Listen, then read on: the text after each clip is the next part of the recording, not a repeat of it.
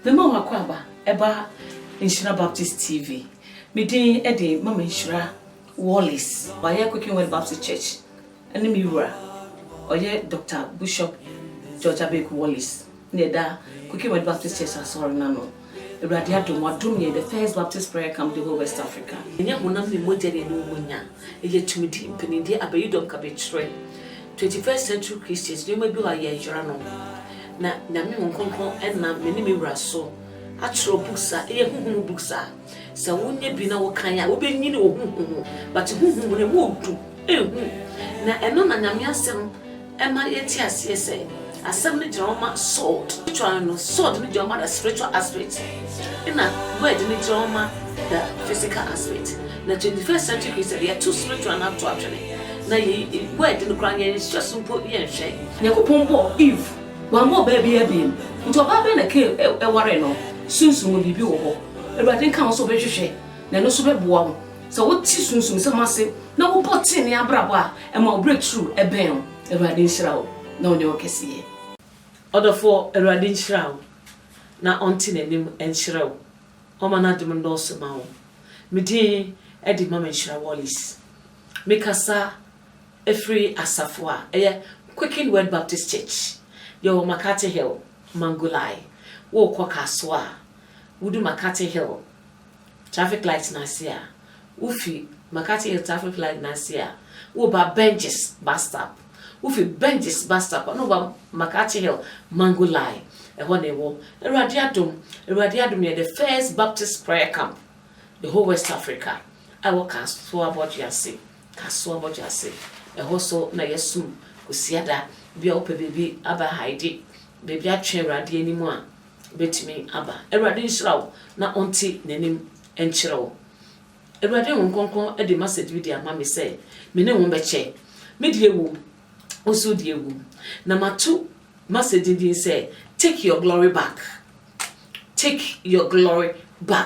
enum nye bia ya wudie biara emra so obeje wade fa mpaibo ji wade fa nyamia sen kenkan ji wade kanene ne kan enumnyam bi da so kanumnyam no e bi ne enumnyam na da so na kanena wo Kristo som senia wo si kwa asore na ka wo ye osha na ka wo ye kwaresa na ka wo ye kwa master na ka wo ye mekoni ahonkeka na e wo nyam som no na ewade de enumnyam bi ato so nti wo wura obi suo kra e fro osofo ye fro osof maame bra adafofo kra hia osis ode osof maame bompae osofo because na erade no munyam bi da so se no munyam no Satan de ayodie wia ne kakra Satan e de adwimi se wadwe se me yare ye asofo kro ntimi ambesra me asofo ntimi ambesra me nti ayodie e se omu ewia se no munyam no take your glory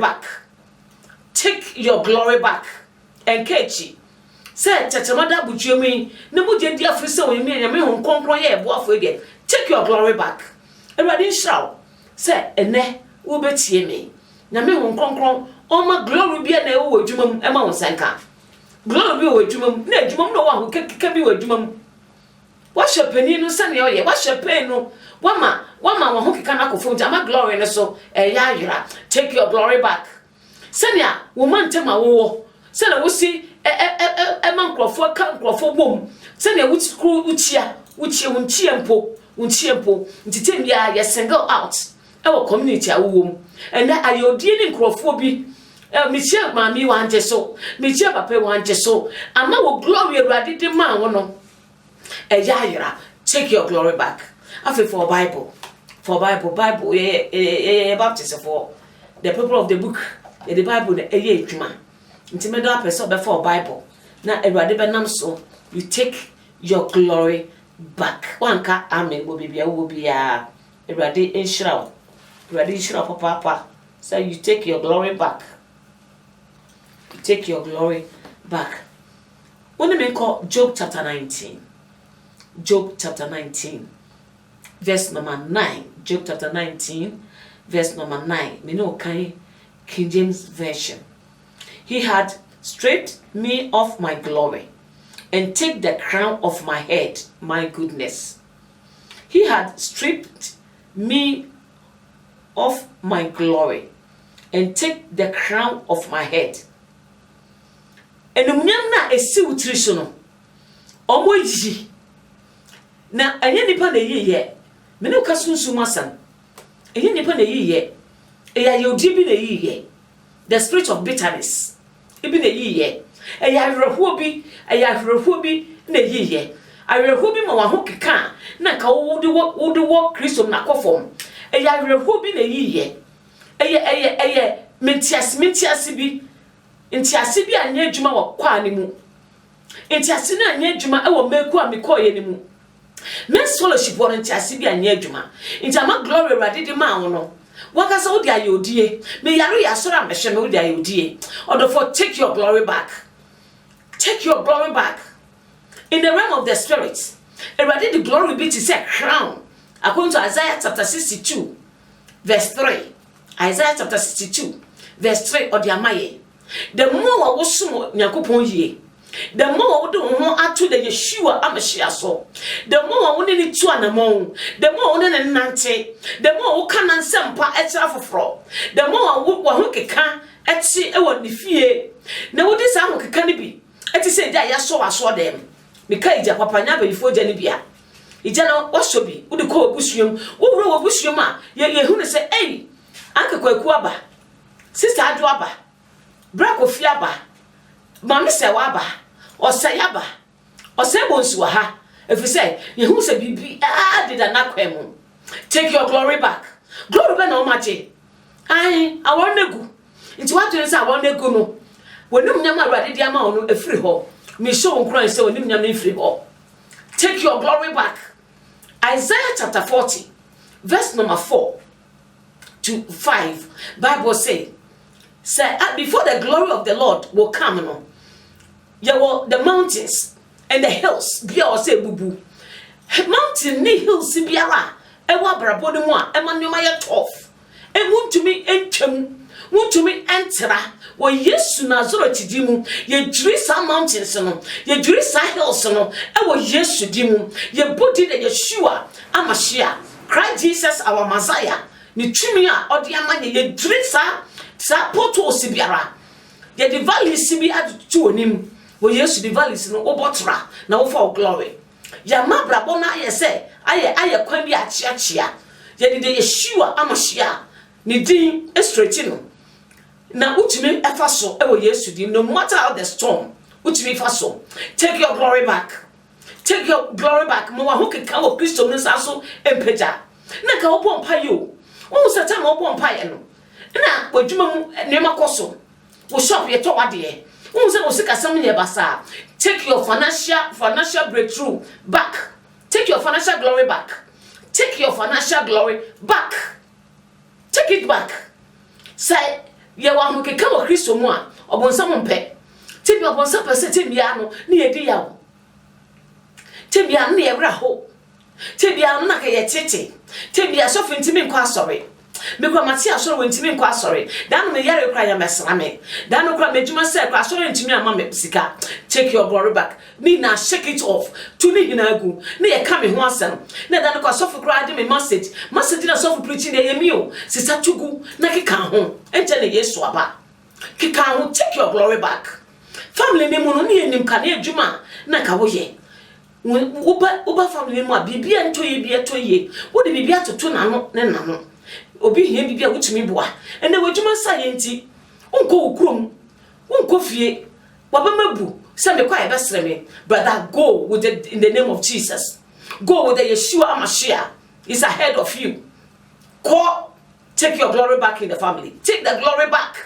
I na me yawofa na bi wo mensem ene awfa sefo na nyini omanye duma pa tanwochi frewo fa futu owo as a wofa afutu owo as a father afutu owo as a mother kan wa hye oyem chiwonfo kanena ka bi wo ho etwam ma ne etwam na huni se da bi enumnya bi ye mede ya osamefa se menya hodi nya adwuma wo fa asefo na epeja no menum kasa betumi ahye won kran menum kasa betumi akasa ye wo fa de otuyefo yenum kasa betumi akasa ye ma me de otuyefo yenum kasa betumi ye papa de otuyefo nenum kasa betumi akasa ai me ya so panin me ya so fo ma me ina enumnyam bi afiri me so a or say me gina na me take it back through the word of God, through the prayer. In the realm of the spirit, one of the partners say, tell me, Anna, will nimber yesum. Tell me, I will go come. Fanyamia something by Bodina.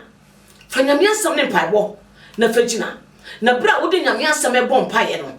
Bra would a some so bomb piano. Na et is said, blush shibia. Yammy conquer. Or polish crown at the amount. Or polish crown at the amount. Et is said, atari papa bia, and no nyamata bia, yedi robo, and no nyata be a show. Senia, obi a graduation, ya shana tadie, and there a radish show atadia what's it. Kawakuma 2 yem, a jumana say, Sikasama a dimis shown coin.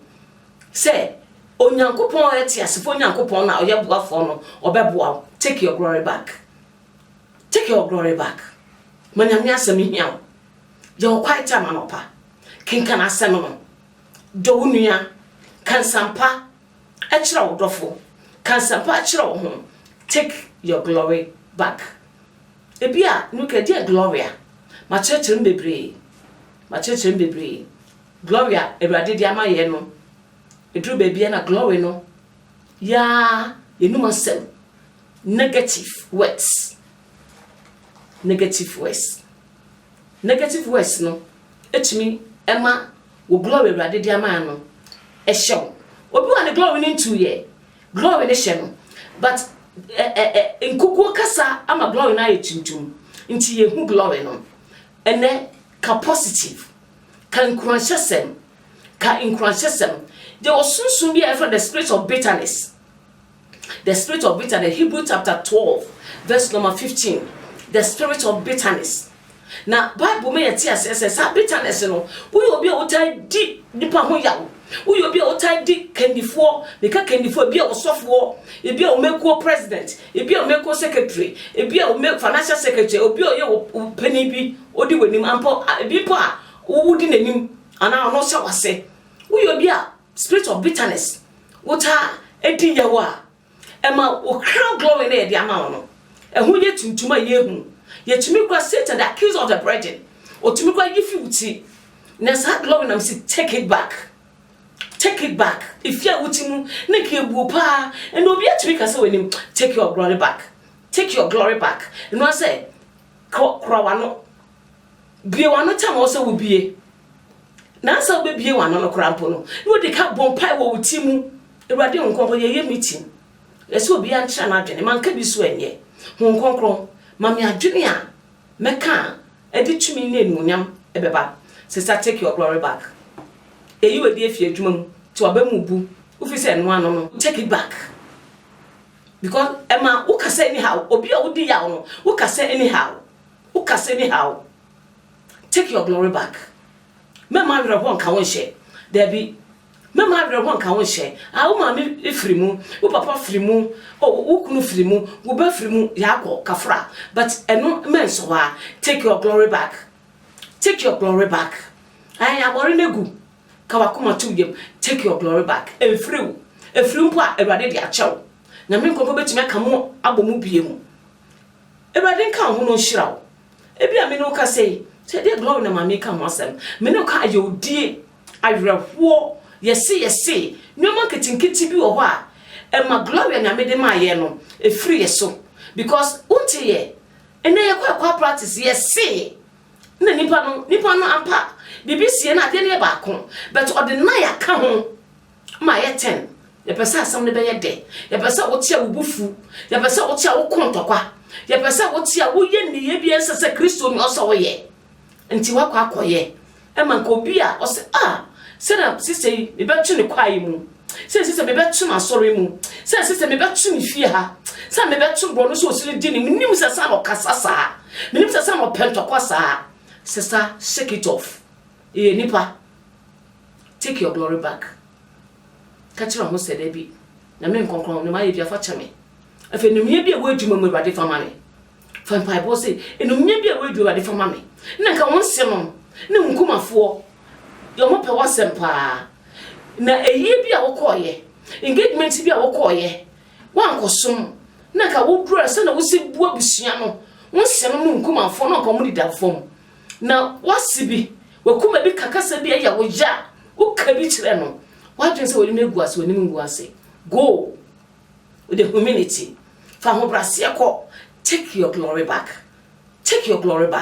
and ka say meni megu ase nti menu meduro ekume ho da bi menku ho wonim nia Awurade be ye no chena wonim nia Awurade aka fa wo ho chena. Take your glory back. Oba ne jao, be me ne jao. Wo konyem ye. Woni obi hu se wonyem. Wonya miscarriage, shake it off. Ewurade de ntafo be gu wo mu dem. Take your glory back. Ewurade shraw na onka ho. Glory back na wo take because Satan is a liar. E ho be kasa e de akyerew. Wo hu se wa woni megu aso wo nsini manim. Wo se wo kuna adwuma no kra se ye ne kra no. Yese wo na wanmoa. Who say shop na ekuno yes we yakwadworo negative na Satan etunyo mebigu wadwene mu with Jesus Christ dimu the Yeshua Amashia the one who died in the resurrected third day me dey show nkro say take your glory back shake it off na nyame nkonkro da so ye adwuma nkonkro ti mu ugini die no ti mu obekoso e the glory na ma ye hia say ubetu anahom ment na fie say oje asore twana mo kwa asore ment na fie se me ni obi ayaka nti me ni hie yi asekra me nchia no me hie o word na hie me nchia no me hie o aboncha me nchia no take your glory back Ewurade nhyiraw no onti na nim nkyiraw glory bi ye wudie biara ye de akoshe poase a na me nkokwa bofo nyima ye de akoshe apumu a na me nkokwa bofo nyima ye de akoshe wiemu a na me nkokwa bofo nyima ye de akoshe asase so esieye na me nkokwa bofo nyima ye de akoshe mipom ye de akoshe abuom na me nkokwa bofo nyima bibia de akoshe koye bretu mu ebusunya fie ho ha na me nkokwa nyima bibia de akoshe bia our God is God of omnipotent and omnipresent obeyi edi amount na hia se wodi mpaibo ene nyamyasem Ewurade nti na nim nkyerɛw no nka wakoma nto yem no onya wuti pejafo peja wuti pejafo no be peja yeti obe peja yeti wo yedwuma obe peja yeti e wo bebia ye yedwuma bebia ye ton yade bebia kwa asore ye nkromu ebusia Ewurade yeti pejafo obe peja yeti o ma ne nim ngu asida obi fa ne ho ento the Yeshua Amashia Jesus Christ so ne nim ngu asida bi Ewurade be yeti pejafo Ewurade nka ho me ne uka say watu arehu nagu ayewudi ni watu egu ebufo ni watu egu ayaka ni watu egu a woni me nka asem we o si Jesus Christ me dawase se wodi me boni na ache me na ebufo no ayaka no me ye wo ba boyi ni na afiri me mu afei me dawase se wodi ache me honkonkron ma menya hye ma menya na afei mama kukuduro me nkwa asore amen ebia ye no ka se wodi glory na wo ka no ye ka no se won for Jesus se wo ka no agye nkwa ye wuntumi nya sa glory no Bible say bia na ye di manya me medi ne fa man cry mamba nti se wo pese onya sa glory no a receive Christ as your personal savior pese wo ka akademichi ka se Jesus me da wase se wu ma me ye di bonye ni fa me bone cheme me di manu pemu ka se Jesus ye Ewurade me di makoma gidi so no wu ye no sorry ye Jesus me da wase se waje me kwa no twu me din e won kwa wo Jesus me da wase amen na me nkokọ da wase ma wo ma a Ewurade wo na mo adom so ehu wo mobo na waje wo wo nhira aye kese wo so wa fra wo ma aba wonim na wo de won atena won ase wo hwie wo nhira gu won so wa ye wo ti pejafo nhira ka wa Ewurade a wa ye wo ti pejafo na me nkokọ ye da wase Ghana shawonsa o mampani ni domina shawonsa de wo hine wa Ghana masumje emra Israel na emra Ghana amen ye wo makati e mangolai ebnada ni yesheshe Tuesdays anopa 8 egu screen na se betro tama yeshi Ewurade shirawo no ntina nim chiro bye bye